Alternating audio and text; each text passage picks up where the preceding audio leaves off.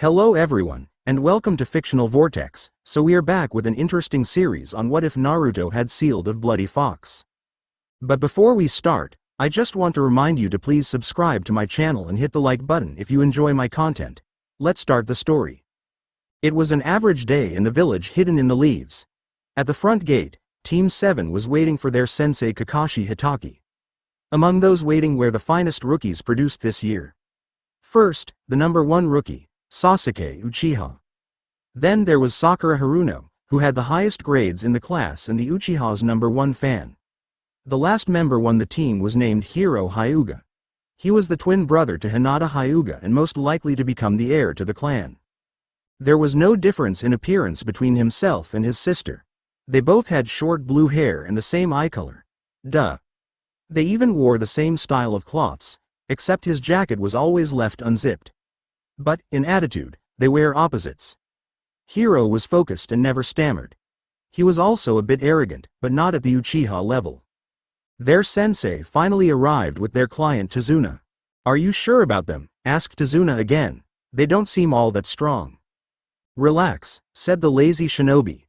"I happen to be a Jonin. If anything goes wrong, I'll be able to take care of it." No one noticed a small piece of ice on the village gates. A small path of ice was attached to it and went out into the forest. It stopped at a tree about a mile away where 2 figures in masks were watching them from a very large ice mirror. One of them was dressed as a hunter nin while the other was dressed as a mist Anbu with a fox mask. There were several things that made this pair look odd. One was that they looked no older than 12 or 13. Another was that they shouldn't be in the land of fire. The most curious was the conversation they were having. "So, there's the target," said the hunter nin. His friend didn't reply. He seemed to be staring at the Hyuga. "So that's the guy you have been telling me about these past 6 years," said the hunter. "Let's see their skill level," said the Anbu suddenly. "Would you like to go?" "No, not yet anyways. Send out the demon brothers. If they lose, we will inform Zabuza-sensei." They both turned and walked in the direction they could find the 2 brothers. As they did, the ice suddenly turned to water and laid there. Team 7 continued their journey until they passed by a puddle of water. Sakura didn't think much of it, but the rest of her team did. When the demon brothers shot out of it, they attacked Kakashi first. Or at least tried to. Hiro used his gentle first one while Sasuke used a kunai to stop the other's chain. After that, Kakashi finished him off with a single punch.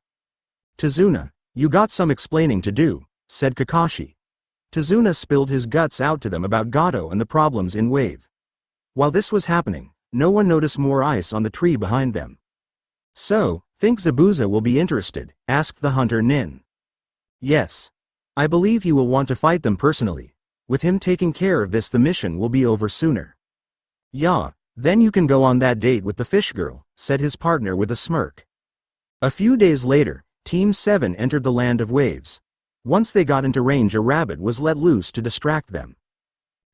That rabbit's color is wrong for this season. Could this mean that, "Everyone get down," shouted the lazy Jonin. A second later, a Zanbato came flying over their heads and was caught by Zabuza. Well, isn't this a surprise," he said. "Zabuza Momochi, the demon of the hidden mist," exclaimed Kakashi. "I'm honored that the great copy nin knows me, but I'm not here for you. If you and your team stands down, I will not hurt any of you." "I'm sorry, but you know I can't do that. Have it your way." With that said, the fight began. "I'm not a big fan of this fight. It happens just as if Naruto was there, so it's no big deal. So, here is a time skip of about 10 minutes. Smiley face. Zabuza was knocked into a tree with Kakashi standing above him. "Can you see the future?" "Yes," was Kakashi's only replay. Before he could finish Zabuza, a few senbon appeared in his neck. Kakashi checked and confirmed that Zabuza was dead. Suddenly, the 2 who had been watching them appeared. "Thank you for wearing him out for us," said the hunter nin. "Me and my partner, Bloody Fox, have been tailing him for some time now." "Did you say Bloody Fox?" asked Kakashi. Both mist nins nodded. "What's wrong, sensei?" asked Sakura. "Bloody Fox has a reputation similar to Zabuza. When he was ordered to kill a genin to pass his exam, he mauled his opponent like a wild animal and was shortly assigned to the Mist's Anbu unit. I never believed him to be so young." This information shocked the three genin. He's no older than I am, thought Sasuke. How can he be Anbu while I, an Uchiha, am not? Without a word the two grabbed Zabuza and left as Kakashi fell from chakra depletion. Kakashi groaned as he opened his eyes. He was now at Tazuna's home. His daughter, Tsunami, was standing above him. About time you woke up, she said. Hey, the Cyclops is awake.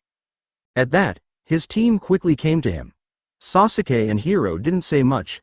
Sakura was going on about how amazing he was against Zabuza. We have a problem, Kakashi said suddenly. Zabuza isn't dead. What? Cried Tazuna. But you said that he was dead.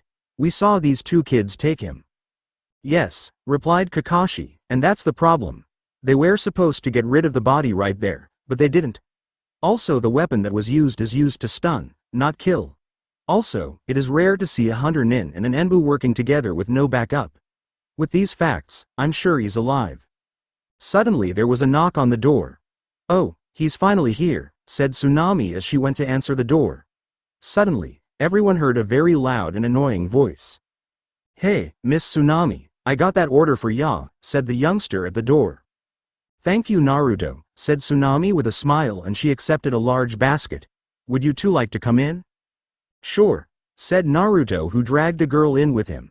Everyone turned to see a spiky-haired blonde with blue eyes and whisker marks and a girl covered in bandages with black hair. The boy was dressed in a plain white shirt and blue jeans. The girl had on a simple blue dress. Kakashi was the first to realize who he was. Naruto, he shouted. You're. He paused for a moment. I'm sorry, who are you again? Everyone face faulted. Who he is sensei, asked Sakura. It's understandable that you would recognize him, said Kakashi. His is Naruto Uzumaki. At that, Hiro began to worry. Shit, I thought I'd never see him again. Just as long as he has forgotten what happened 6 years ago, everything will be all right. If anyone found out, my clan will be dishonored. So, you all know my boyfriend, asked the girl. No, said the Uchiha. A little, said the Hyuga. Boyfriend, exclaimed Sakura. Wow, you are just the luckiest girl I know. To have found true love already, I envy you miss. Isaribi, she said. Okay, said Sakura. So tell me, how did you two meet? It was a while ago. Meet met along with another guy, Haku. Since then, all three of us have been traveling together and doing odd jobs. Like right now, we are sneaking supplies into the town while they are building the bridge. Gato is placing heavy taxes on everything and we are trying to help out and have some fun at the same time. Oh, said Kakashi. A threesome is it? This caused Naruto and Isaribi to suddenly turn red. Kakashi let out a laugh. Well, I wouldn't mind it if Haku was a girl, said Naruto with a dreamy look on his face. That guy has confused many a fellow. Yeah, said an irritated girlfriend. Everyone always gets confused and then they think I'm a boy when they find out. I remember when I first found out, said Naruto with a smile. Flashback. It had been a week since Haku, Naruto, and Isaribi first meet, on their way to their nude bathhouse to get rid of all the filth. When Naruto was about to enter the men's side, he saw Haku's clothes were in a basket. What are these doing here? He asked aloud. Maybe this is co-ed bathing. Haku sure is cute, so I don't mind sharing with her. He entered the bath just as Haku was about to get in as well. This gave him a large surprise. Ah, Haku, you're a guy. Yes, replied Haku with a smile. Did I forget to tell you? Yes you did, responded Naruto. Hey, if you're a guy, does that mean that Isaribi is one too? As soon as he said this, Isaribi was on top of the fence with an angry look on her face. Hey, I'm all girl here Buster. She stopped when she noticed Naruto passed out due to a nosebleed and Haku blushing. What with you two? She looked down. Shit, I forgot to put on a towel. End flashback. Naruto finished reminiscing. Everyone was staring at him. One girl, in particular, shot him a death glacé. Don't tell them stuff like that. Sorry, he replied. So Naruto, said Kakashi suddenly. When are you coming back to Leaf? The third has been very worried about you. I don't know, said Naruto as he brought his hands to the back of his head. Right now I'm a bit busy. Plus I don't think the ninja life is for me. I'm just happy as is. After all, this world is made of love and peace. As he finished, he turned to give Isaribi a kiss on her cheek. Sasuke just snickered when he heard this. He'd never make it as a ninja. Helping others just makes you weak. Well then, said Kakashi, we better get to work. I have to make you all strong so you can help me fight Zabuza when the time comes. Then we'll get out of your way, said Isaribi.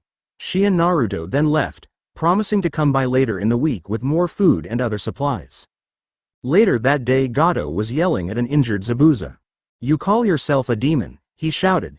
Not even that girly brat have is scared of you. He then spit on Zabuza. Haku got ready to kill him, but Zabuza told her not to kill the client. Fine then, said Bloody Fox. He was standing next to Gato. He quickly grabbed his arm and ripped it off. Gato fell to the ground, crying and screaming for help.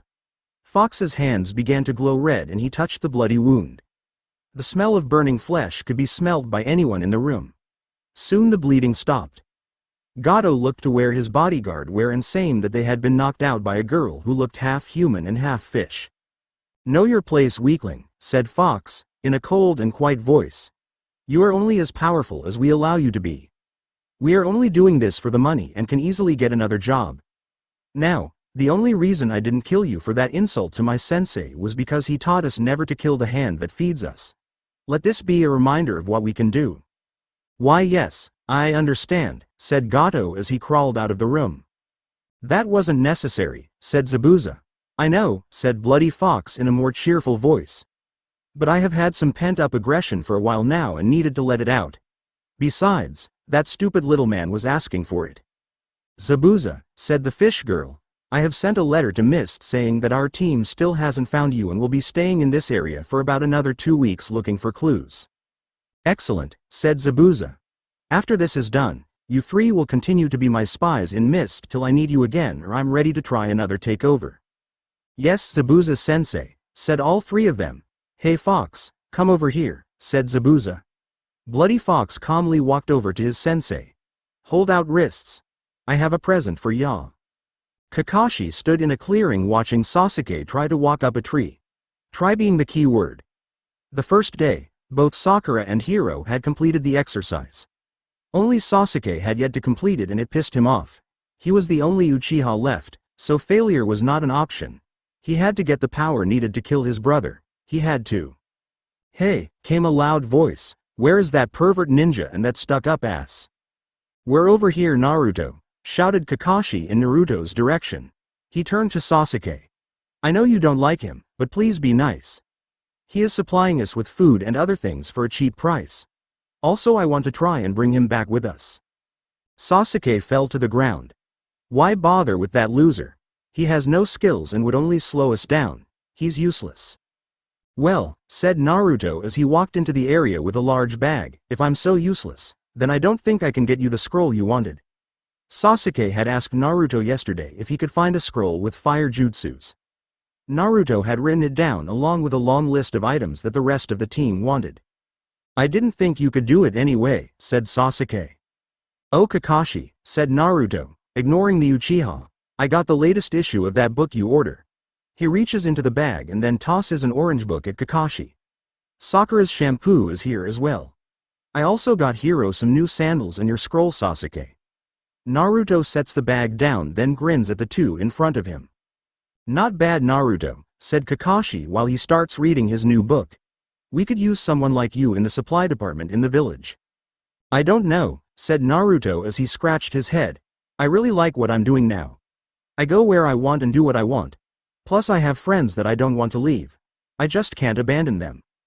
After hearing this, Kakashi was silent.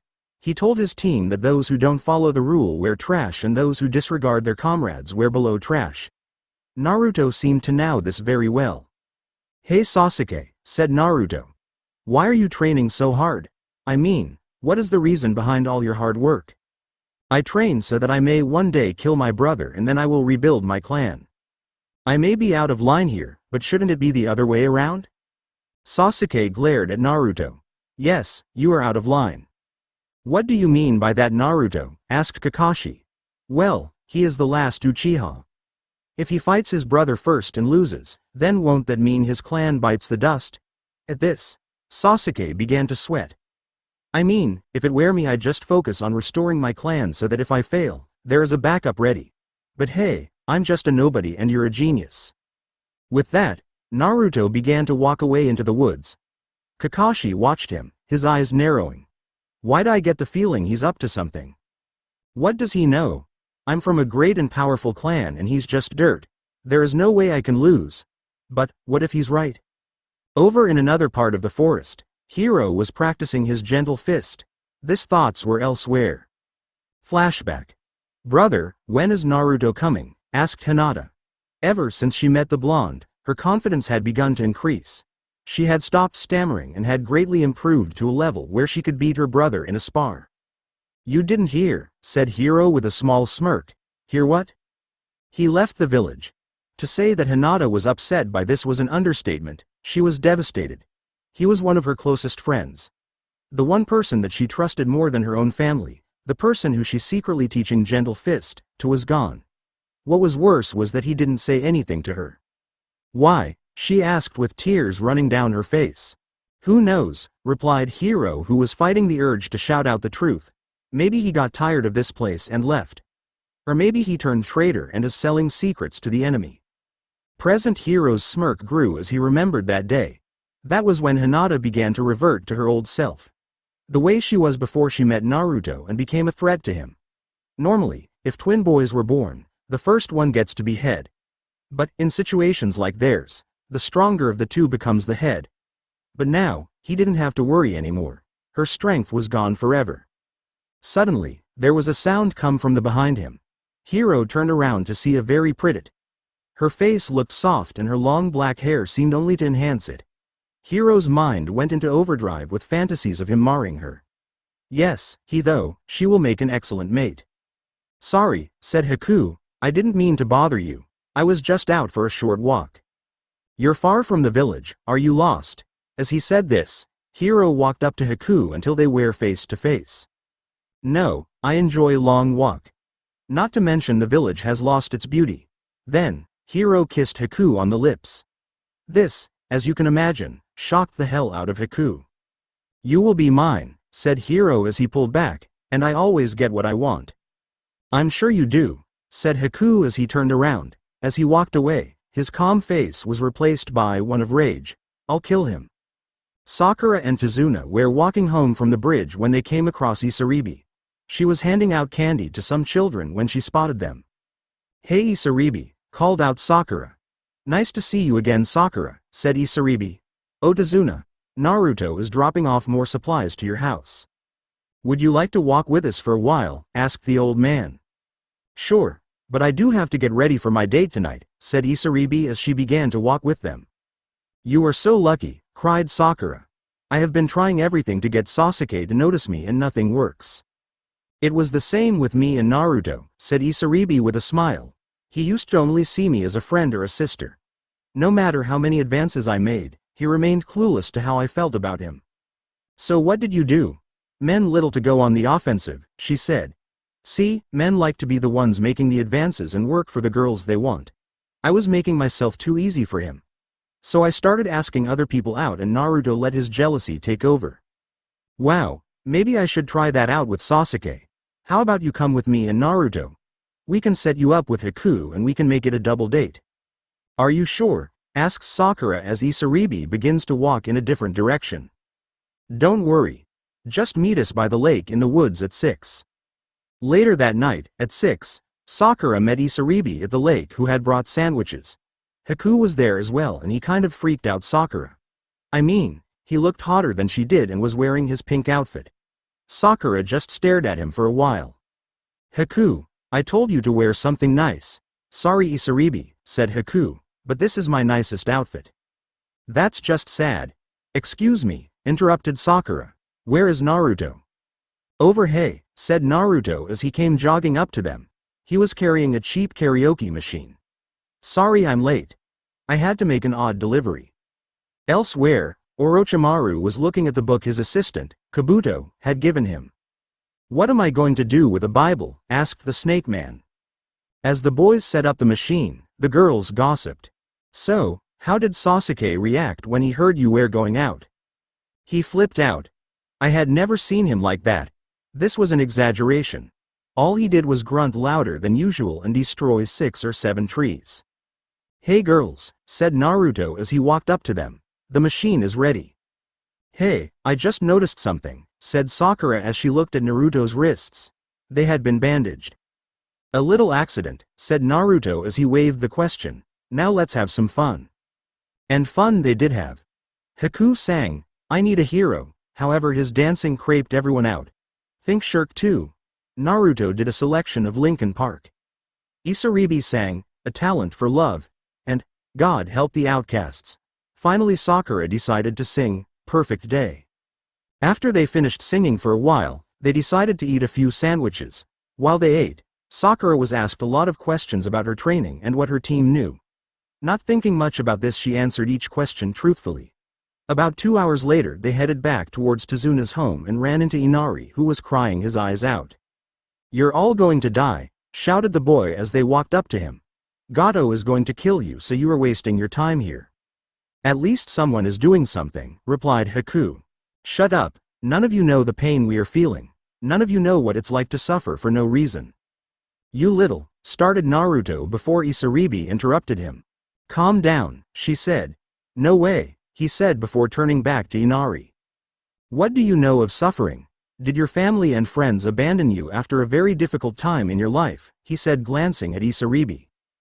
"Did your father kill your mother in front of you and then try to do the same to you?" he said, turning his side glance to Haku. "Did you grow up in a place where you lived like dirt and no one showed you any kind of compassion as you cried yourself to sleep every night? I don't think so. This world is hell, so get used to it." With that he stormed off, followed by his friends.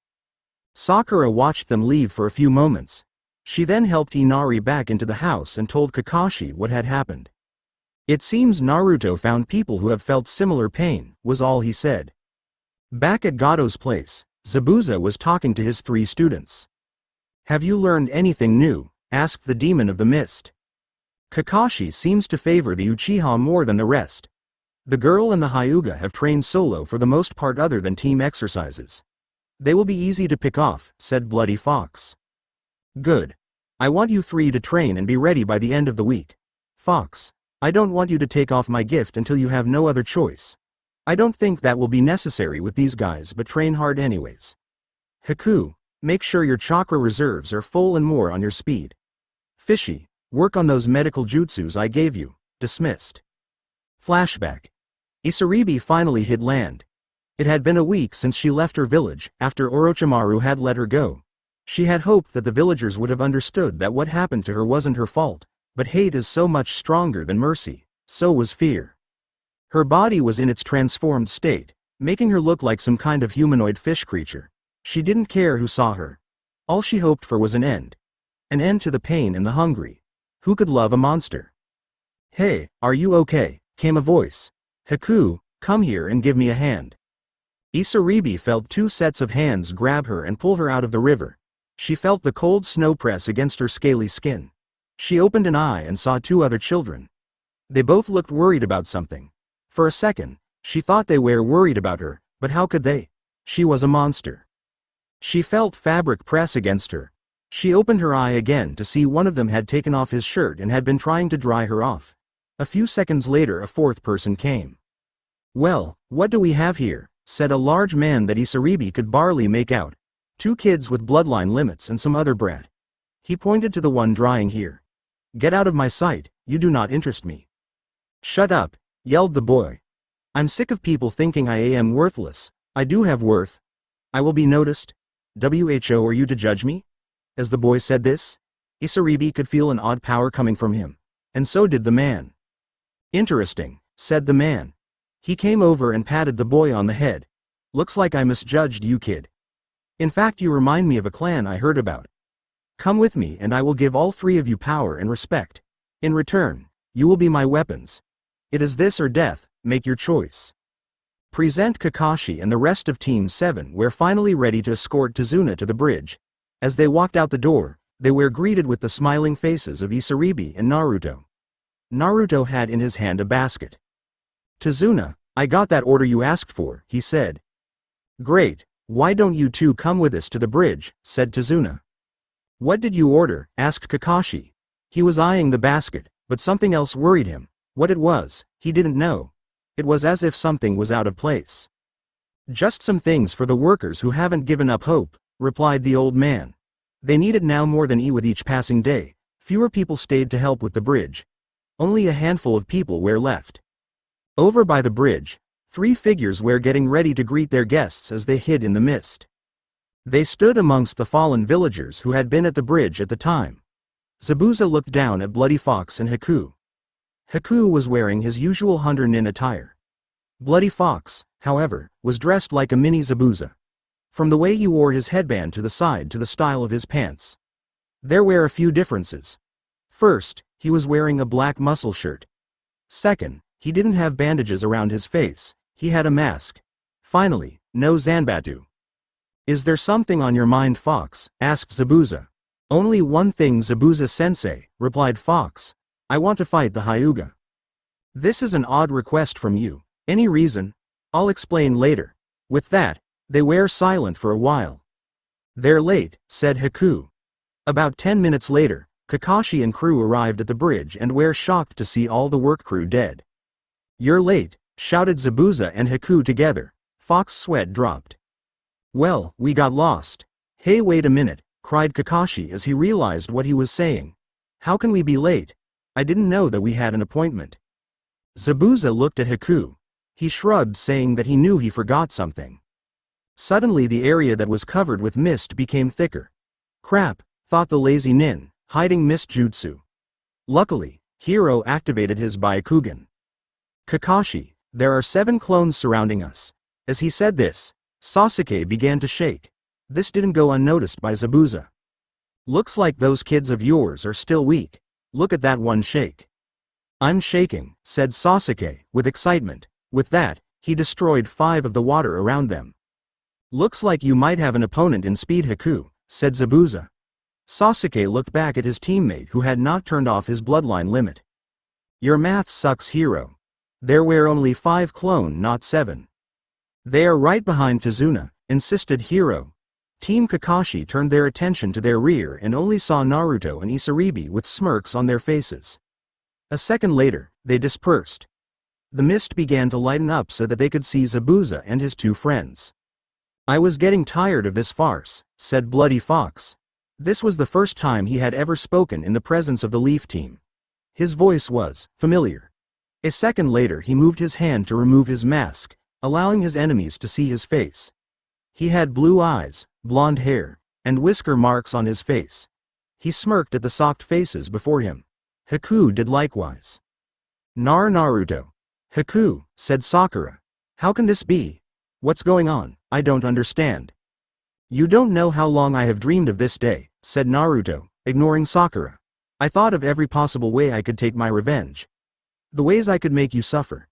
A small piece of me wants to thank you, thought. If it hadn't been for you, I would never have become this strong. So for that, I grant you a quick death." "You kill me," snickered the young Hyuga as he received looks of curiosity from his team. "Don't make me laugh. It will never happen. I have the council on my side, or did you forget that? I guess you did with that puny happy-go-lucky brain of yours. The council isn't here right now. I have no reason to fear them." "What's going on?" demanded Sasuke. It was plain to see that there were issues between the 2 of them. But how did these 2 know each other? From what he knew about Naruto, he was a street orphan. Hiro was a member of one of the most powerful clans. Their classes were miles apart. "Yes, Naruto," said Zabuza, "I would like to know as well. All you have ever said was that you wanted to pay back a Hyuga." "Very well," said the blonde with a smirk. "I'm not a very good storyteller, so please forgive me if I bore you. My story begins the day Kyuubi attacked the Leaf Village. The 4th was praised for defeating it.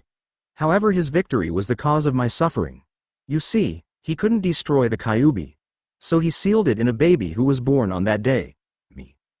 With that, most of the Leaf Team was shocked. Sasuke couldn't believe that they had been lied to about the Kyuubi and its death. Sakura was under a similar impression. Kakashi was wondering how he found out. Hiro was the only one who wasn't shocked, as if he already knew. Tazuna was the next to speak. How could someone do that? Please don't interrupt the storyteller, said Naruto. Believe me, I asked myself that every day when I found out. But that is later in the story. I grew up without love.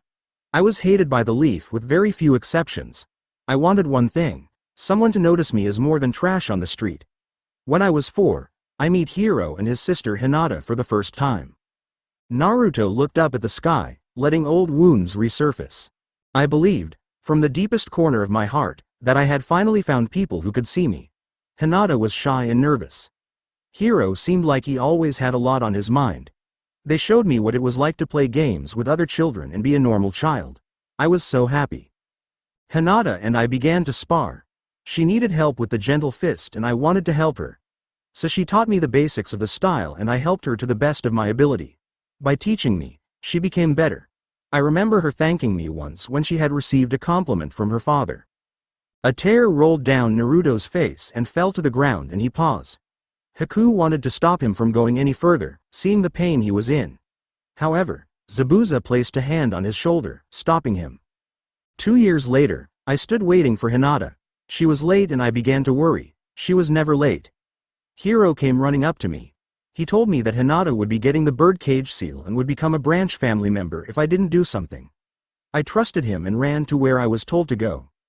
I wanted to get there and save Hinata from a fate I knew she feared. I was willing to do whatever it took to save her. If it meant leaving the village, so be it.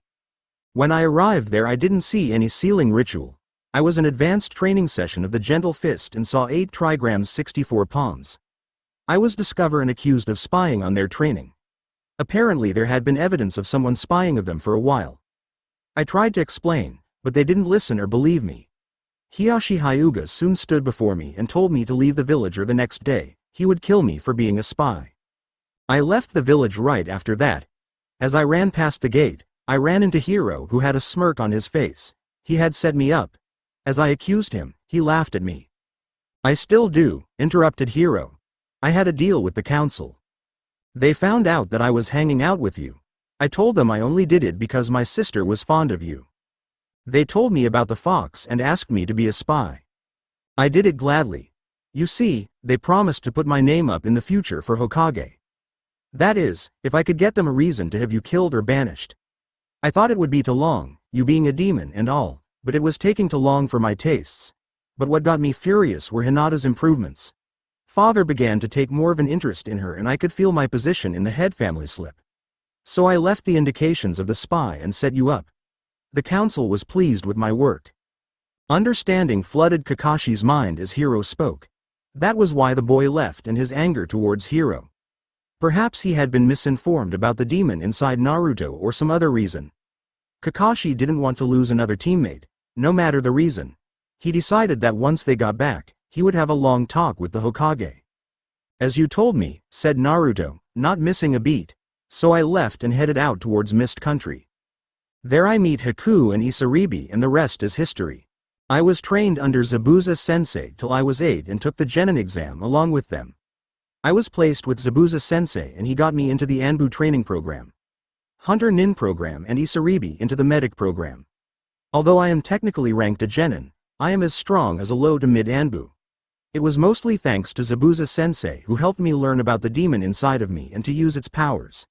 It didn't take long for someone as skilled as Zabuza Sensei to figure it out. With that, he sighed his story was over. Naruto, said Kakashi, it's not too late you could come back. No he can't, shouted Hiro as he glared at Naruto. I will never let that happen. If he does come back and that old fool of a Kage dismisses the fact that he is a mist shinobi, there will be problems in the clan. He will be forced to marry Hinata to keep the secrets that he learned in the clan and she will become the clan head because she will be able to produce heir. I will become a branch member. Don't worry, said Naruto. I have no intention of going back. I am perfectly happy where I am and helping Zabuza Sensei reach his goals. And don't worry about your clan. Its future is not in your hands seeing as I will kill you today. Naruto began to walk over to a corner of the bridge. Let's settle this, he said, not turning back. Hiro followed him, so that he could silence him once and for all. After that, he would lie to the Hokage and the council would support him. Yes, it was time to settle this. Inari, stay back, yelled Tsunade as the two men, who had attacked her, were now dragging her to meet their boss. Inari stood there, frozen with fear. He was going to lose his mother to Gato, just like his father. His grandfather was going to be killed. The bridge would be destroyed. All hope was lost. Then he remembered was Naruto had yelled at him. How there were people who had suffered similar or worse fates. The examples Naruto had told him about seemed personal. Had he lived through those events? If he had, how did he keep going? He had people to help him and didn't cry over every little thing. He kept going. That was what Inari was going to do now. Stay away from my mother. With that, Inari started to charge at the two samurai in front of him. They chucked at this and knocked out Tsunade so they would have to listen to her cry. They then unsheathed their swords, ready to kill the brat. When he was in range, they prepared to strike him down, when they heard a sound underneath the dock they were standing on. Two webbed hands shot out from underneath the dock and grabbed the samurai. They then began to pull down, hard. The samurai fell down as their legs were pulled down as far as the wood would allow them. Inari stopped, shocked to what he was seeing. The thugs began to scream, as whatever had grabbed them continued to pull.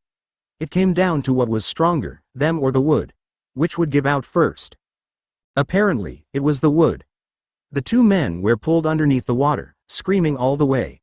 Inari went over to check on his mother, who was just coming to. When she relieved she was safe, she asked what had happened to Gato's men. Inari told her and then they both looked over at the hole. The water was now red. Looks like Naruto was right about Gato. No honor at all. Is everyone okay? Asked a voice from behind them. The two turned around and saw Isaribi without her bandages. They looked at her with shock. Parts of her skin looked like they had been replaced by scales. What happened to you? Asked Tsunade. This happened a long time ago, said Isaribi with a sad smile. I was taken from my home and used like a guinea pig in some sicko's experiments. After he was done I escaped, but I was shunned because of what he had done to me. My own family helped chase me out of my home. I'm sorry, said Inari, tears coming down his eyes. I thought we were the only ones who were suffering and I. It's okay, said Isaribi. Now I have to go to the bridge. Naruto will soon be in a lot of pain and I have to help him. Naruto is helping us, asked Inari. Isaribi just gave him another sad grin and transformed into her human, fish form. She then jumped into the water and swam for the bridge. Depends on your definition of helping.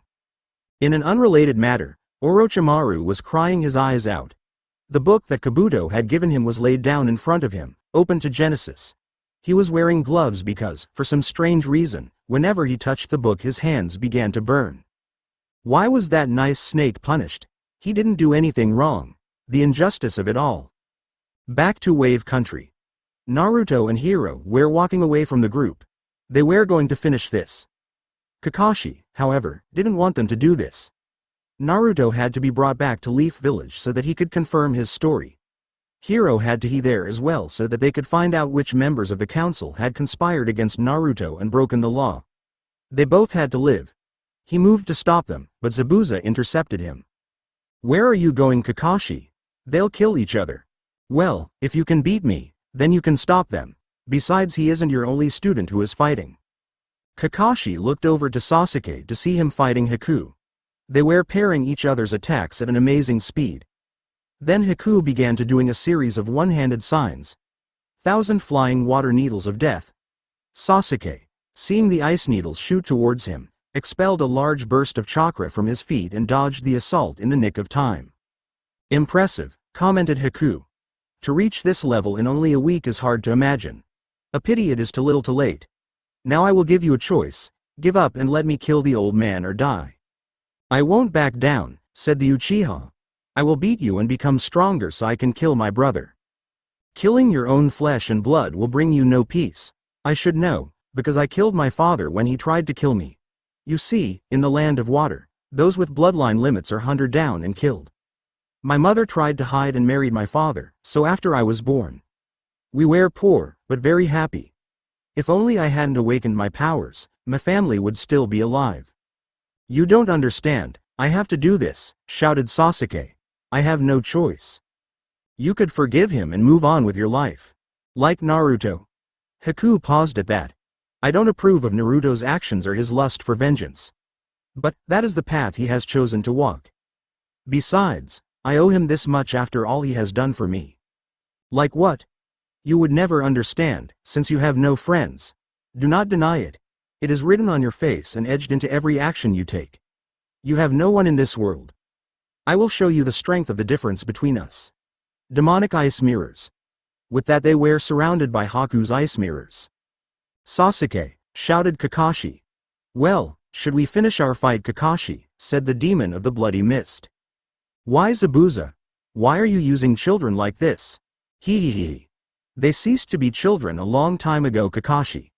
Isaribi is my water weapon with her transformation and healing abilities. Haku's ice and speed make him a powerful assignation weapon. And Naruto, well, he's the strongest out of the bunch. I never thought I'd meet the son of my sensei the way I did. What? Surprised Kakashi. Well, I was too. My sensei was Nodoka Uzumaki of the Uzumaki clan, the same clan that was re-endowed as the greatest kenjutsu in history as well as creating the 7 shinobi swordsmen. Add that to his knowledge of the gentle fist and the kyuubi inside of him, and well, you have an unstable warrior. I remember when we started training. Flashback. Here I am, Zabuza sensei, cried out Naruto. Zabuza looked at his new student and saw that he was dressed just like him except for the bandages. Kid, why are you wearing that? Naruto looked a little embarrassed. Well, I never had anyone to teach me before and I think that you're a very powerful person, so I want to become more like you, sensei. Kid, I'm touched. However, he began to sweat drop when he saw Naruto jump in his direction. Zabuza sensei. Naruto's face met with the bottom of Zabuza's foot. We will have none of that and do that again, believe it. Never say that again either, it's annoying. End flashback.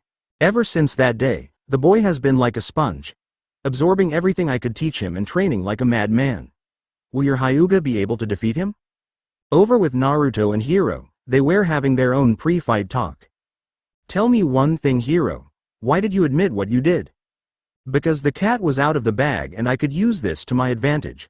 Once I kill you I'll be a hero with Sakura and Sasuke here has witnesses to tell everyone. The village will love me for doing what they never could to you. And when I see the Hokage I'll give him names, but not the ones he wants. I'll give him the names of the council members who had no idea what was going on. That includes my father. With him out of the way, the clan elders will have to make me clan head. The Hokage isn't a fool. He'll figure out you're lying. Yeah, right. He couldn't even see you as the demon you really are. And if he does, well, I'll have the support of the village on my side. Killing me will cause a civil war that will lead to his downfall. I have to admit, you have thought this out pretty well. However, this is assuming you can kill me. With that, Naruto got into the gentle fist fighting position. Slowly, his features began to change. His hands became claws, his eyes became red and slit, and his whisker marks became thicker. Around his claws, red chakra began to glow. Like I'd lose to some lowly demon. Hiro also got into his fighting position. Byakugan. This is the difference between us. I can see your chakra system and your chakra points. This that he charged. The thrusts came flying by both sides, each one a narrow miss. Naruto sent one thrust to Hiro's chest, which he dodged by leaning back at the last minute and bouncing back and attempting to strike him back. Naruto dodged this by spinning out of the way and then aiming for the shoulder. Hiro stepped back and avoided contact. Then, Hiro attempted a strike at one of Naruto's chakra points. This, however, was a miss that cost him dearly as Naruto sent a palm thrust that landed in the middle of Hiro's chest. Hiro was sent back several feet, but didn't fall down. He looked down at his chest and saw that his shirt looked like someone had burned a large, palm-shaped, hole into his clothes. Hiro didn't feel any different. Looks like your style is all about show and no effect. Pitiful. Naruto only smirked at Hiro's comment. Then, Hiro felt it. Pain, unlike anything he had ever felt in his past training. He looked down and saw that his skin was swell and charred. The effect seemed to be limited to the area he was struck at. What the hell did you do? This isn't gentle fist. You are correct, Hiro. I couldn't master it the way you could do to my incomplete training. However, thanks to Kyuubi and my own dedication, I created the burning fist style which only I can use.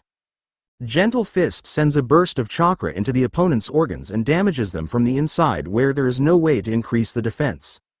Well, I attack the largest and most unprotected tissue of the body, the skin. Each thrust will give you a third-degree burn in that location thanks to the Nine Tails chakra. Eventually, then pain will slow you down or, from the multiple strikes, you won't be able to move without your skin peeling off. You bastard! How dare you pervert the gentle fist? At that moment, a fog began to cover the bridge. For a few moments, Hiro could see anything. He activated his Byakugan once again, but couldn't see Naruto. This isn't very fun, now is it, Hiro? Asked Naruto, his voice coming from every direction. Looks like Zabuza-sensei is using this mist to block Kakashi's copying powers. I guess we will have to fight like this. Over with Sakura, she watched as her sensei used himself to shield her and Tazuna from Zabuza. Things were happening much too fast for Pinky. Just this morning, she was laughing with Naruto and Isaribi and now they were fighting each other. Zabuza, are you all right? Came Isaribi's voice from behind Sakura. Both she and the old man turned around and gasped at Isaribi in her transformed form. I'm fine. Kill that girl and then the old man. With that, Kakashi and Zabuza disappeared into the mist once more. Sakura brought up her kunai, ready to fight. Put that down, said Isaribi. You'll only hurt yourself. With that, she turned and began to watch the events occurring in front of them. Aren't you going to fight me? Asked Sakura, slightly relieved. Not now, maybe later, she replied as casually as if they were talking about the weather. Right now I'm more interested in what is happening out there, and if my team needs me I need my chakra to heal them. The Uchiha is becoming a human pincushion and the Hyuga is staring off into space. What? Is Sasuke going to die? Depends on Haku's mood. He could be feeling merciful today. Why? Why did you pretend to be our friends? Information. This is the shinobi's lifestyle. If you can't handle that and you live after this day, then I suggest you quit. You are of no use. Back to Naruto and Hiro. Where are you? Come out here, you stupid demon. Hiro would have kept going, but the touch of Naruto's hand around his neck silenced him. He was behind him. Is it a good thing to insult your executioner? With that, Naruto let go and went back into the mist. The blind spot, said Hiro as his skin began to feel the effects of Naruto's attack. Yes, I really must thank Hinata for telling me about your clan's blind spot. As long as I stand within it, I'm very well hidden. Back in Leaf Village, Hinata let out a sneeze. Is someone talking about me? Could it be Naruto? She wondered aloud. She then walked across her family's compound to her room. She then opened her closet and turned on the light. The light shone on a small worshipping area that was dedicated to her first and only love, Naruto. On this shrine, there were locks of hair, old chewed gum, a bust, and some of his old clothes that she found. She sat down and began her 4-hour staring ritual. She's got it real bad, huh? Back to the bridge. Now to finish this lil farce. And, thanks to my silent killing training, you'll never see it coming. 8 trigrams 64 bombs. 2. Suddenly, Hiro felt 2 strikes at 2 of his chakra points. 4, 8, 16, 32, 64. Hiro could feel pain at all the points, but the flow was not stopped. Naruto had done something else. What have you done to me? Surprised. Well, despite what you believe, there are 2 ways to know where all the chakra points are. The first is with the Byakugan and the other is to use a book. Medics have studied the human body for centuries and have discovered the locations of the points. They can't be seen with the naked eye, however, which makes it difficult to attack them during combat. I trained with dummies for 2 years until I could strike a person's chakra points effortlessly. As to what I did, I sent 64 small spike of Kyuubi's chakra into your chakra points. However, like the name suggests, they will soon explode from the inside. The result will be, have you ever seen Armageddon? Suddenly Naruto heard rock explode in the direction of Zabuza and Kakashi. A few seconds later, he heard the sound of birds. A lot of them. Zabuza-sensei, whisper Naruto. Get him, cried Hiro, who had tears streaming down his face. You won't let your best friend die. I'm sorry, I was just confused. I was young, I didn't know any better. Come on, I know you, you big knucklehead. You believe in mercy, right? Naruto brought up his hand and prepared to snap his finger. No, said Naruto as he snapped his finger. Boom, with that, Hiro Hyuga was no more. One part of the old me is now dead, said Naruto as he began to walk away. There is still one more that needs to join it for me to move on. Zabuza-sensei, I'm coming. Well, I hope you all like this. I got the idea of the modified gentle first from an issue of Battle Angel Alita. Last Order. Also, I was TN that people give Naruto. Genetic memory, eye powers, and other crap that is so overdone.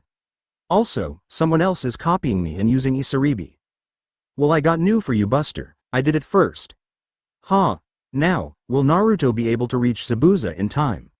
What is the secret of the Uzumaki clan? Does Sasuke know he's fighting a guy? Well, you're going to have to wait till next time. Haku began to hear the sounds of birds. He sensed a large burst of chakra that went with it. However, his own reserves were almost gone. The Uchiha had activated his bloodline limit and had been dodging very well. But, like Haku, he was also low on chakra. Haku decided to launch one last barrage against him, and in an instant, Sasuke was showed by Senbons. Haku had not killed him but only knocked him out. Isaribi was relaying what was happening to the two non-fighters. Her eyes had been altered by the experiments so that she could see in even the densest fog. When she said that Sasuke fell, Sakura ran for him with knowing what happened to Hiro. She lacks much, said Isaribi as she turned to Tazuna. Are you going to kill me now? She looked at him with a smirk. I could, seeing as your bodyguard left her post, but, right now I have more important things. Like helping all of my teammates. With that she went to help Haku, who was suffering from minor chakra depletion. Naruto ran to where he had heard Zabuza and Kakashi fighting. Seeing that the mist was fading fast was a bad sign. He had to make it there in time. To him, Zabuza meant more than Ramen and Isaribi combined. He stopped in shock as he saw Kakashi's hand in Zabuza's side. On the ground was the Zanbato, the Kabikari Hucho. Zabuza-sensei, he shouted as he ran towards his sensei. Naruto was able to catch him as he fell off the arm that had supported him. Don't worry, sensei, he said. I'll make sure you get out of here. In a week you'll be good as new. Just hold on. At this, Naruto's eyes widened. He knew what Zabuza was asking him to do. The only way to return to Mist with the Kabikari Hucho and not draw suspicion. He went over and picked up the sword with one hand, much to the shock of Kakashi. He then stood over Zabuza with the blade raised. Then, in a sudden motion, he cut off Zabuza's head. It would be the proof that he was dead and that they had caused his death. Haku and Isaribi began to cry at this. Naruto's face was hidden as it was lowered to the ground. Tazuna was watching all of this. He couldn't understand why the boy had done this. Was it because he wanted to end the man's pain, or was he heartless? If this was the ninja life, they could keep it for all he cared. It was then, they all heard footsteps. So, that fool Zabuza is dead. Thanks for saving me the trouble, said Gato. In front of him is a small army of thugs. I was going to kill him later anyways. Pity he couldn't kill the old man before his death. What a weak and puny devil he turned out to be. With that he and his men began to laugh like there was no tomorrow. As they laughed, Naruto slowly reached behind his back for his mask and put it back on. He then turned to face Gato's army. Shut up, he shouted. If anything you should be mourning his death. Now why, oh why should I do that, sneered Gato as his men began to laugh again. Because, he was the one who kept you safe from me. With that, he placed the sword of his shoulder and began to run towards the army. The goons saw this and a few in front began to prepare for a small fight. Gato stood there, confident that a kid couldn't beat all his men. What they didn't know was that Naruto hadn't used any of his chakra. He wasn't even fazed by his fight with Hiro. In a sudden motion, Naruto placed the Kabikari Hucho against his chest and then began to spin like a top. He went right into the mob, slicing through them like they were nothing. What is that? Asked an astonished Kakashi. Uzumaki style. Tornado blade, explained Haku. A kenjutsu move of the Uzumaki clan that causes them to spin at an incredible rate by pushing out chakra from a foot placed in a certain position. The spinning adds to the power of the sword and makes it difficult to get close enough to fight back. By shifting his body weight, he can control the direction. The attack continued as Naruto mowed down Gato's forces. Their insides launching out of their bodies as his blade hit them. When he finally stopped, there were only 5 people left including Gato. Naruto just stood there for a few moments, and then he slowly began to walk towards Gato. Go now, shouted Gato, who looked panicked. He tired now. No, don't do it, said an old swordsman who looked to be about 60. Why not, old man, said another. When I was only a youth, I saw a battle being raged. Then, I saw that very same jutsu used by a few men who mowed down half of the enemy's forces. Then they kept going. They were like monsters. Shut you trap, old. He never got to finish that sentence as he realized that Bloody Fox was standing right in front of him. Please don't kill me. I'll pay you whatever you want. Naruto placed his hand on Gato's shoulder, the one that still had an arm, while the other held onto his blade. Gato, he said, money doesn't interest me. Why would I desire something that everyone has? The only thing that it can give you is headaches and disappointments. There is no pride in money. Then only thing I desire is something that can't be given, only earned.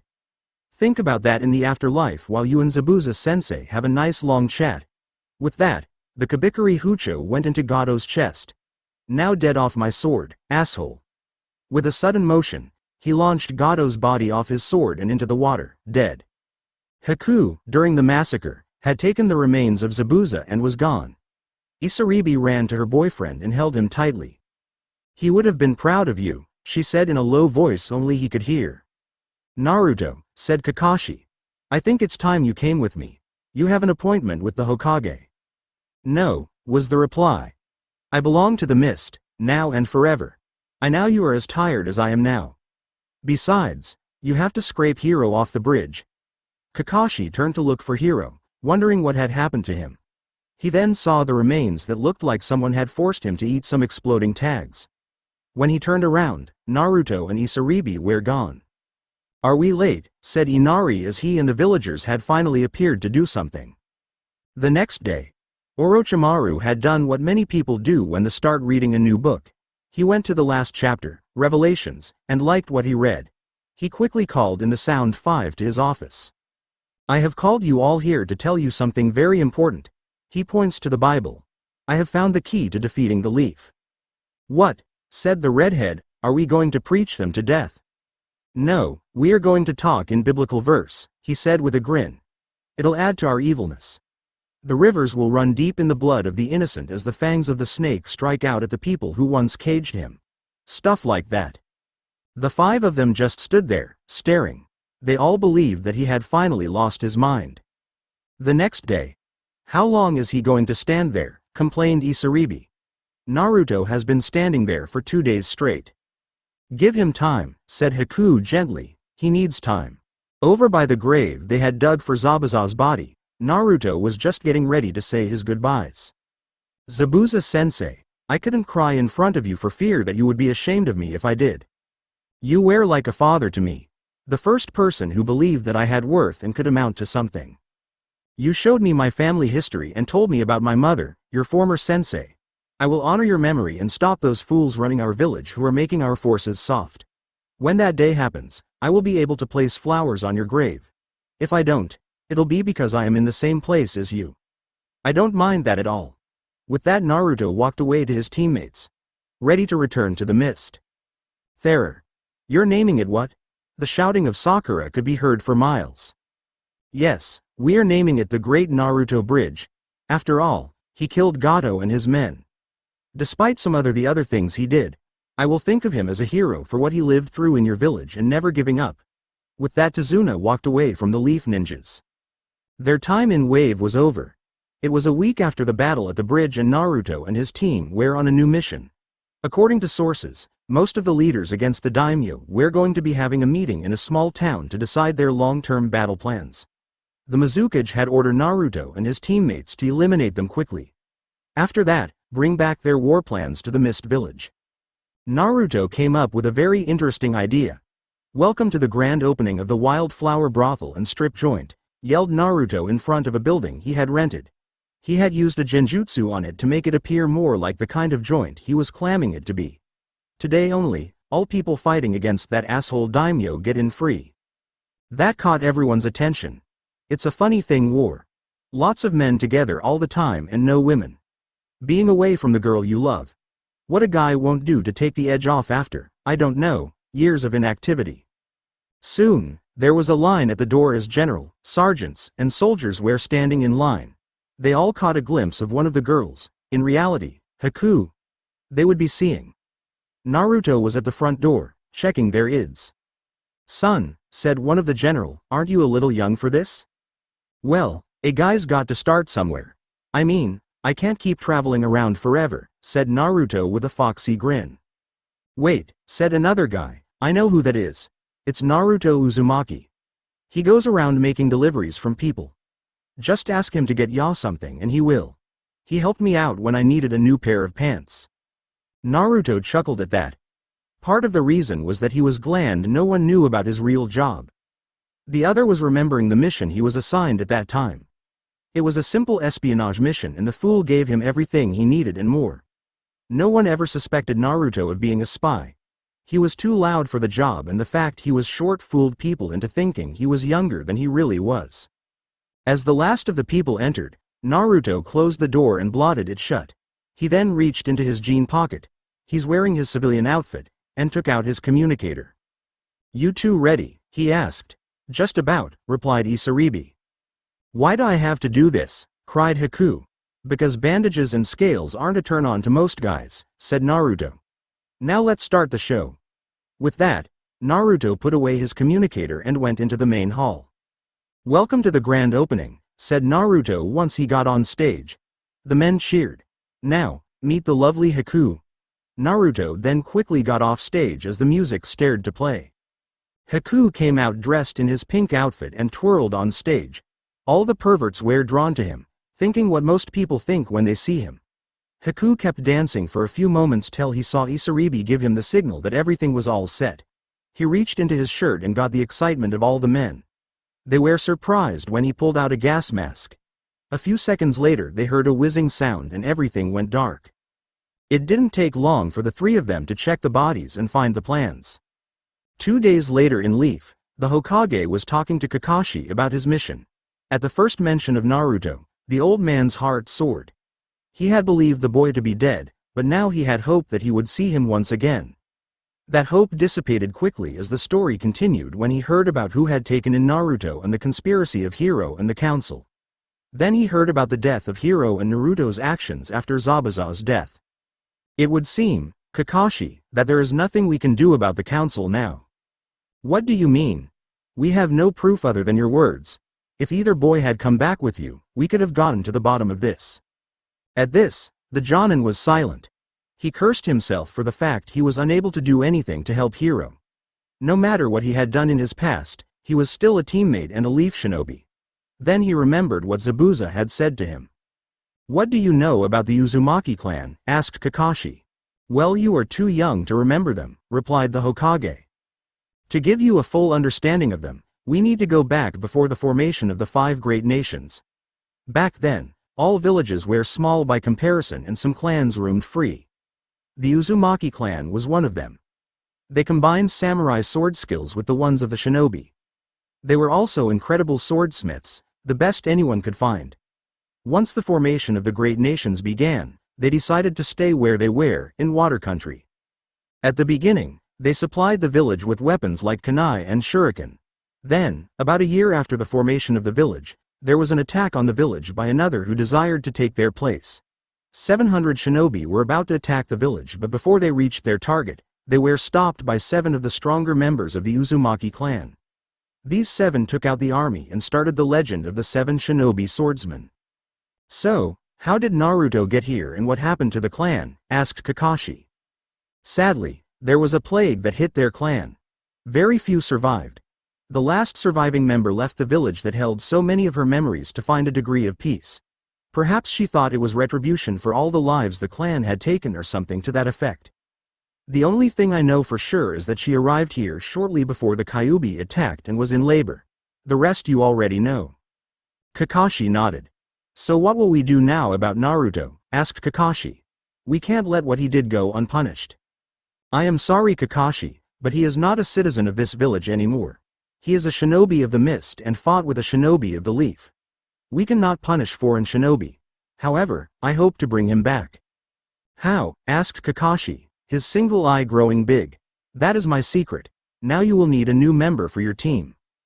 2 days later, Naruto and friends were just arriving in Mist Village. Despite what people thought of the village, it wasn't half bad.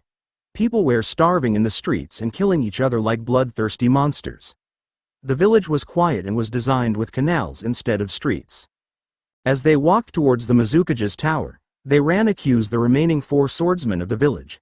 The first one was Kamatari Hanjo, who wielded Ogama. Then there was Jikatsu, who wielded the snake blade. Then there was Zangulus with his howling sword. Shigur, with his circular blade, was last. "Hey there," called out Kamatari. "How did your mission go?" "Way too easy," said Naruto. "These idiots were so easy a genin could do it." "I believe that's the reason they sent you," said Shigur in a serious tone. "Yeah," agreed Jikatsu. "You 3 are still genins. When are you 3 going to advance?" "Shut up," yelled Naruto as he grabbed his head. "It's not our fault." "Naruto is right," said Isaribi. "We have been very busy and have not had time to do the exams. Now if you will excuse us, we have to speak to the Mizukage about the mission."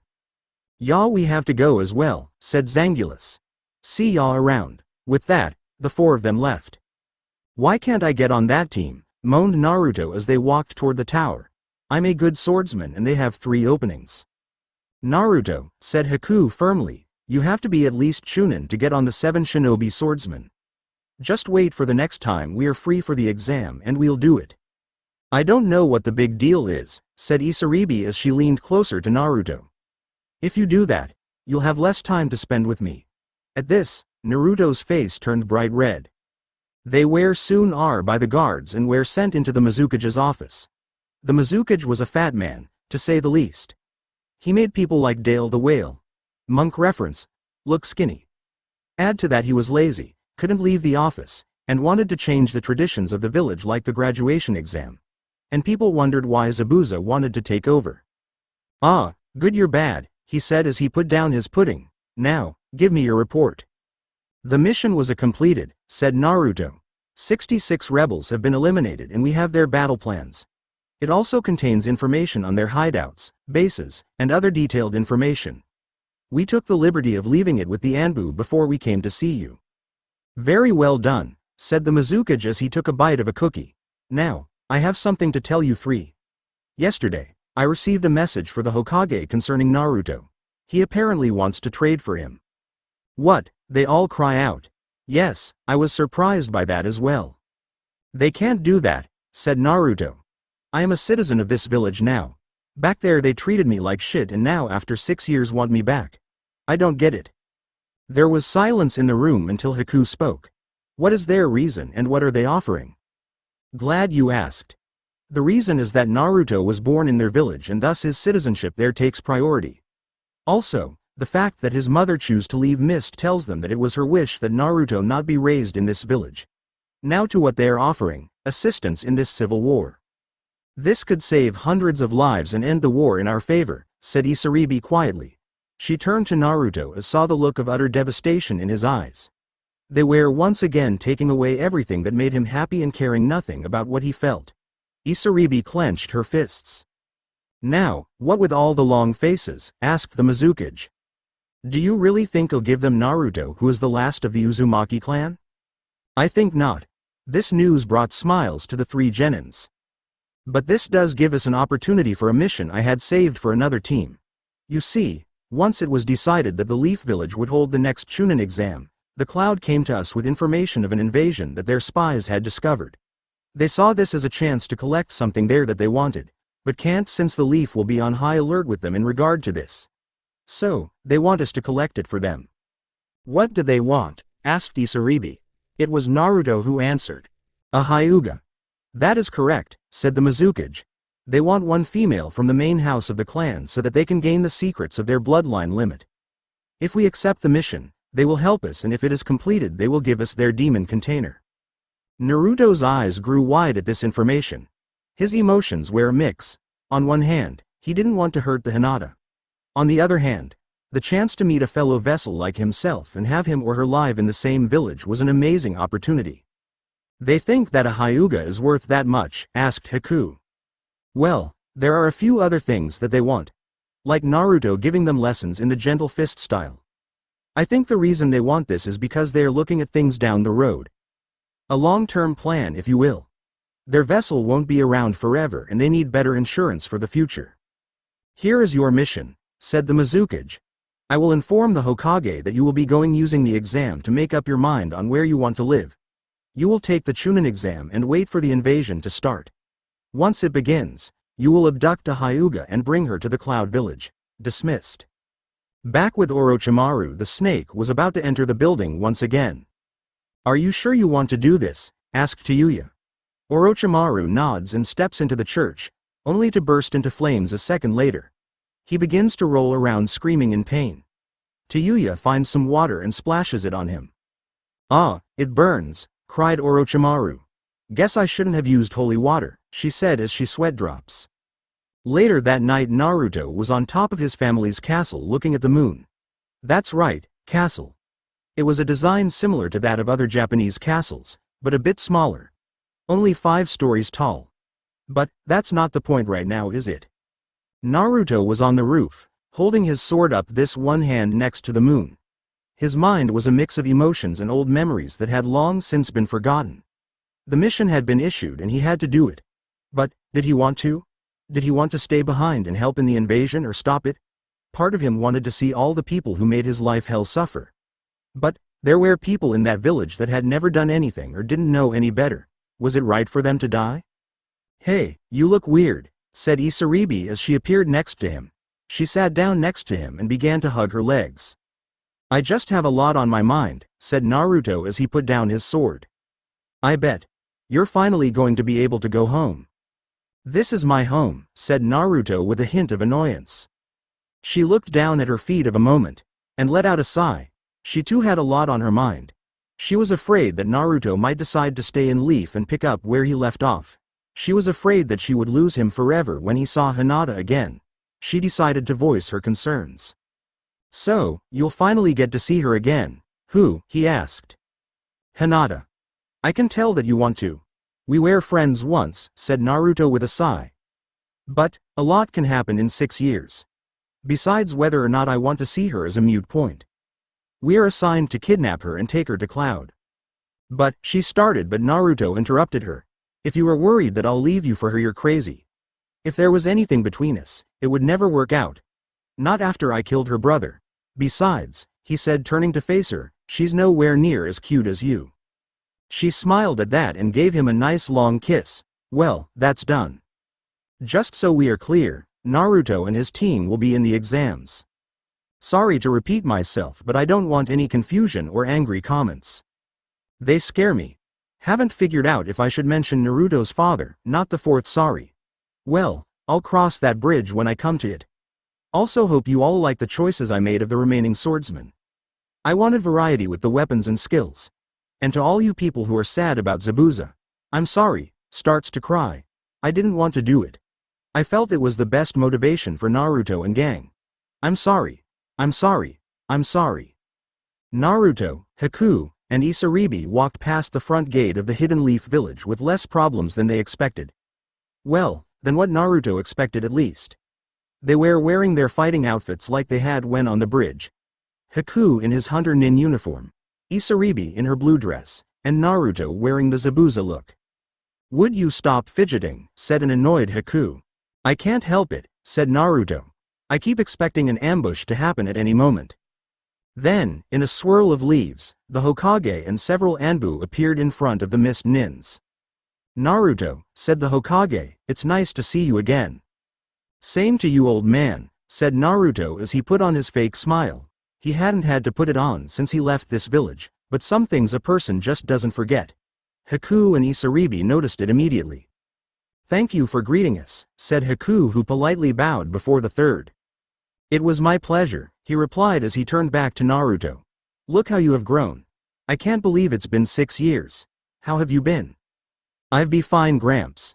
I found everything I ever needed and found people who were willing to accept me. That part made the Hokage wince a bit. He had tried to get people to accept Naruto, but things rarely ever go as planned. He had failed his student Orochimaru and then he failed Naruto. The Hokage was about to say something, but an Anbu spoke up. Lord Hokage, we should be returning to the tower for you, right? I hope to speak with you later, Naruto. With that they disappeared. Naruto began to continue walking but stopped when he realized that his teammates weren't moving. What? He asked them. What was that about? Demanded Isaribi. He seemed like a nice old guy and you say that to him. The poor old guy looked like he was about to cry. Naruto said nothing for a while. He tried to think of something he could tell them to make them understand. He had finally found some happiness in his life and the old man was trying to take it away from him so he wouldn't feel guilty. That was how Naruto felt about this. Then there was the fact that he was once again in the place of his torment. The place where he had been starved, beaten, and treated like a thing. Being here didn't put him in his best mood. I guess I vented a bit too much, he said at last. I'll apologize later. You better, she said as she walked over to him. Don't worry, I never break my word. Back at the tower, the Hokage was confirming which of the current genin would be taking the exam this year. To his surprise, all three of the rookie teams were nominated. Lord Hokage, I must object to this, said Iruka. There you green for this exam. It is not your place to question the decision, said the Hokage. You are no longer their teacher. I know you care for them, but you must put aside your personal feeling on this matter. Yes sir, said the defeated Chunin. The rest of the meeting took place without any other instances. When they were leaving, Hiyashi Hyuga entered the room. I have heard that Uzumaki has returned, he said. This caused the room to become silent. Very, very silent. Yes, he has. Is there a problem? Asked the old man. That demon killed my son. He should be killed on the spot. No, he is here for the exam and you know what will happen if he is killed by someone other than an examen. It would start up a war. Perhaps we wouldn't be having this little chat if you hadn't taken it upon yourself to banish the boy. Hiyashi remained silent. The Hokage had questioned him about Naruto shortly after the report from Kakashi had been summated. Hiyashi admitted that he had banished Naruto, but refused to believe that his son had any part in it. They glared at each other and then finally, the Hyuga left. So, what should we do first? Asked Haku.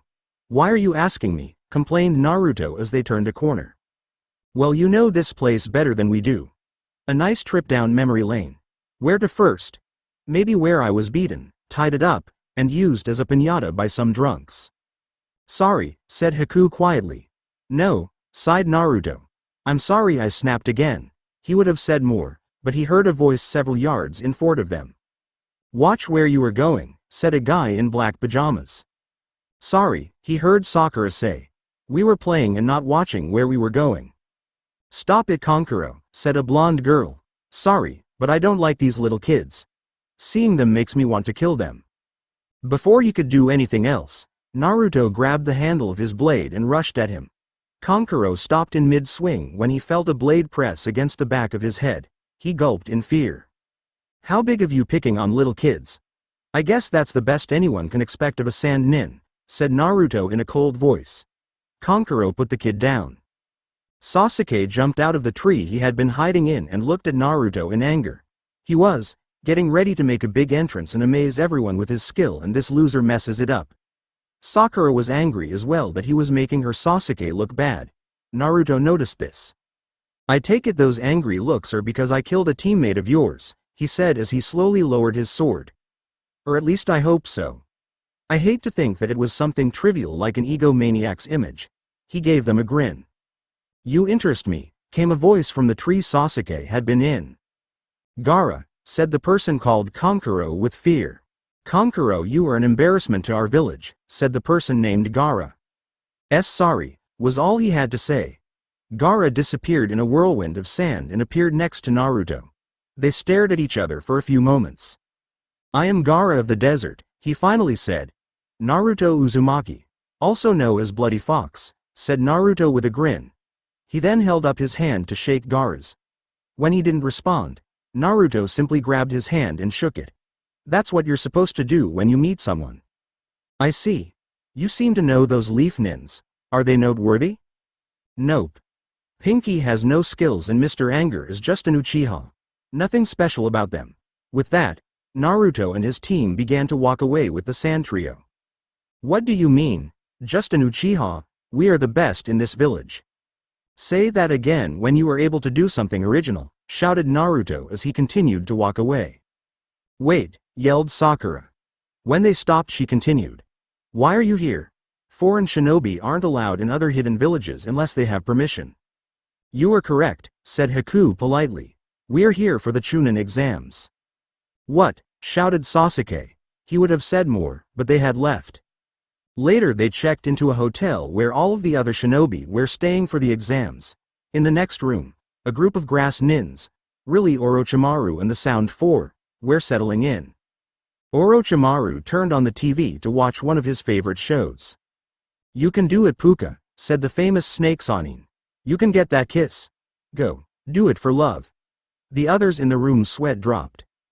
The next day, the Mist Shinobi went to the Leaf Academy, where the exam was to take place. When they arrived, they saw a large group trying to get into a room on the second floor. Haku asked Isaribi, what floor is the exam taking place on? The third, came his reply. With a nod, they left the group to figure this out as Team Guy appeared on the scene. In the exam room, they quickly found a corner and stayed there. A few moments later, Team 7 came into the room with some black-haired guy with a paintbrush. Must be the new member of their team, thought Naruto. Hey, how did you guys manage to get in? Came a loud voice from a guy with a dog sitting on his head.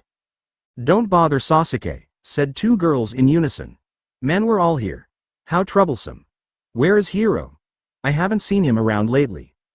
He's dead, said Sasuke in an expressionless voice. I would suggest you all keep it down, said a guy with glasses and silver hair. This must be your first time. Yeah, so what about it, said Sasuke. Well, I'll give you a hand, this being my 7th time taking this exam and all. This year I have an edge. These are my info cards. They contain information on the different villages, topics, and people who are taking this exam. Got anyone you want to know about? Rock Lee of the Leaf, Gaara of the Desert, and Naruto Uzumaki of the Mist. When Hinata heard that last part, she gasped. He was back and she might be able to see him again. That's no fun, you know their names. First is Rock Lee. According to this, he has done 20D ranked missions as well as 12C ranked. He specializes in taijutsu and his other skills are unknown. This is his first time taking the exam. Next is Gaara of the Desert. 8 Cs and even a B, and he has never been hurt in any mission. That's all I have on him. Last is Naruto Uzumaki. Wow, he has done several rank missions and he is only a genin in rank. He is every good in taijutsu, ninjutsu, and kenjutsu. Wow, there are a lot of amazing people taking this exam, said Sakura. Yeah, we have the Mist taking the exam for the first time in a while. Also the newly formed Sound Village, but don't worry about them too much, they aren't too important. The trio from Sound didn't like that last comment and decided to do something about it. They moved quickly, launching an attack on Kabuto. Add this to your notes, brat, said the mummy man as he got ready to launch his attack in the air. However, it never came. The genin of Leaf looked surprised as they saw the Sound Nin get kneed in the chest-bist forehead protector on the side of his head. Don't get too worked up, said Naruto. The exam hasn't even begun. What happened to that? A ninja should never lose control of his emotions bit. I'm waiting, Mr. Mummy. Said person was gasping for air. He turned to his teammates only to see Kin with a senbon pressed against her neck by Haku and Zaku was in a full Nelson by Isaribi. Thank you for the help, said Kabuto. No problem, replied Naruto. The other genin were amazed at his speed with a Zanbato on his back. Then there was a reaction they didn't expect. Naruto, is that you? Asked Hinata with tears in her eyes. Said boy looked at her. Damn, she grew up nicely. It's been a while, Hinata, was all he said. Before any more could be said, several jonins appeared. That's enough, maggots. Fighting will not be tolerated unless we say so. Try this again and you will be failed. Naruto looked at this man and blinked. I have seen this guy before, but where? A few moments later they were all seated for the written portion. All right, I'll go over the questions once and there will be no questions. The exam will have 10 questions. You will start out with 10 points and for every question you get wrong, you will lose 1 point. If you are caught cheating, you will lose 2 points. Caught cheating 3 times and you fail automatically. Also, this test will be taken as a team. If one of you fails, you all fail. The 10th question will be given at the last 15 minutes. The test was given out and was quickly begun. Naruto looked over the exam and tried to decide what to do. He closed his eyes and remembered what he was taught. Flashback. Naruto had asked Zabuza what he should do when he was faced with an impossible task. "There is no such thing, kid," replied his sensei. "Just because you can see the answer doesn't mean it's not there. Figure out what you know and look at the situation from all angles. If that doesn't work, then you lose." End flashback. Naruto opened his eyes and went over the information that he knew. He was given a test with questions any shinobi would have problems with. They were taking it as a team. If you got caught, then you only lost 2 points. That's it, he realized. They weren't testing them on knowledge, but information gathering. Haku and Isaribi had also gathered this, and with the ice mirrors, Haku gathered the information and relayed it to his teammates. Soon, the 15-minute marker came up. All right, time for the last question. However, there are special rules to it. First, you have the option of not taking it. If you choose that, you fail. If you take the question and miss it, you get an automatic 0 and are banned from ever taking this exam ever again. That's bogus, shouted the dog boy. There are others here who have taken this exam before. That's true, but I wasn't in charge before. Now I am, and I'm making the rules. It's just your unlucky break. Soon several teams were dismissed due to fear. Anyone else? He asked. That was when Naruto slammed his fist onto the desk. Hey, just give us the damn question already. Are you sure? You might be stuck as a genin for the rest of your life. If I didn't have confidence in myself, then I wouldn't be taking this test. I'm not going to back down just because there is a possibility that I might fail. So give us the question and shut your trap.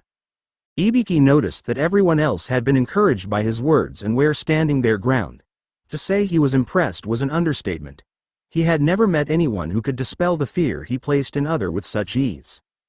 Very well then, he said and paused for a few seconds. Everyone in this room passes. What? Cried several people. I will explain. As many of you figured out, the purpose of this test was not to see what you knew, but how well you could gather information. To supply you with correct answers, several people were placed in the room as your targets. Then, it was up to share this information with your teammates. Okay, we get that, said the blonde sand nin. So what was the deal with the 10th question?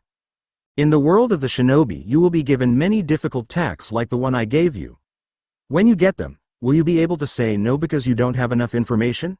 The answer is no. As Chunin, you will be placed in many difficult situations and will have to think on your feet and will not be able to say no to them.